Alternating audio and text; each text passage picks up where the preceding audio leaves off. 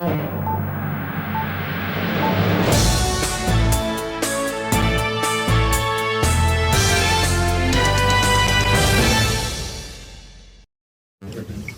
जनपद बाराबंकी के देवा थाने में माती चौकी में एक वेयर हाउस था टाटा का। या टाटा मोटर्स के तमाम वैल्यूएबल पार्ट्स वहाँ रखे जाते थे बहुत बड़ी संख्या में। उस दिन 3/4 की रात में उसमें चोरी हुई थी और एक बड़ी चोरी थी।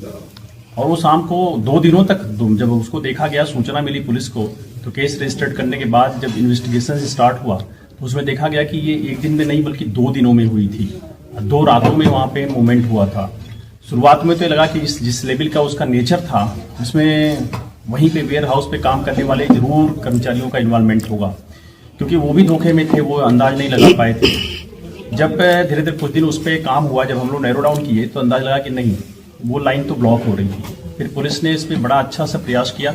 लगातार हमारा स्वाट और सर्विलांस का काम चल ही रहा था। इसी बीच देवा इंस्पेक्टर साहब अनिल पांडे को एक सूचना भी मिली मुखबिरी से, जो एक बहुत महत्वपूर्ण लीड थी इस घटना को लेकर के, और उस पर फिर काम हुआ। एक सभी टीमों का लग करके हमारे सीनियर ऑफिसर्स भी, एडिशनल एसपी साहब, सीओ साहब, सब लोगों करके इसके लीडरशिप दिखाई और उसमें बड़ी मात्रा में सामान भी बरामद हुई। इस घटना से जुड़े हुए 9 लोग गिरफ्तार हुए हैं। इनमें से 5 लोगों का पूर्व में आपराधिक इतिहास रहा है इस तरह घटनाओं के। इसमें सामानों के साथ साथ जो व्हीकल बरामद हुई हैं, दोनों जो शामिल की गई थी घटना में, कार बरामद हुई है। कुछ सामान जो बची है उसकी सूचना मिली है, जहां हमारी टीमें गई हैं। पूरी उम्मीद है कि जो शेष बचा हुआ सामान है थोड़ा, वो भी बरामद हो जाएगा। इस तरह से एक महत्वपूर्ण कार्य किया हमारी पूरी टीम ने। जो नीचे लेवल पे हमारे स्वाट सर्विलांस और थाने की टीम थी, इन लोगों को पुरस्कार स्वरूप 20,000 रुपये का पुरस्कार भी दिया जा रहा है। जो टाटा के लोग हैं, इनमें जो उनके सीनियर्स हैं इस कंपनी के लोग, वो भी इससे काफ़ी प्रसन्न हैं और उन्होंने उम्मीद छोड़ दी थी। उन्होंने कहा कि इस लेवल तक की बरामदगी और इतनी तत्परता से कार्रवाई हुई है कि वो काफ़ी प्रसन्न हैं। इसमें जो खरीदार लोग भी हैं, आप जानेंगे तो उनको पता था पहले से कि ये सब चोरी का माल है, क्योंकि लगभग 22 से 25 लाख का ये माल था और चोरों को उनमें से सिर्फ 6 लाख रुपए मिला था।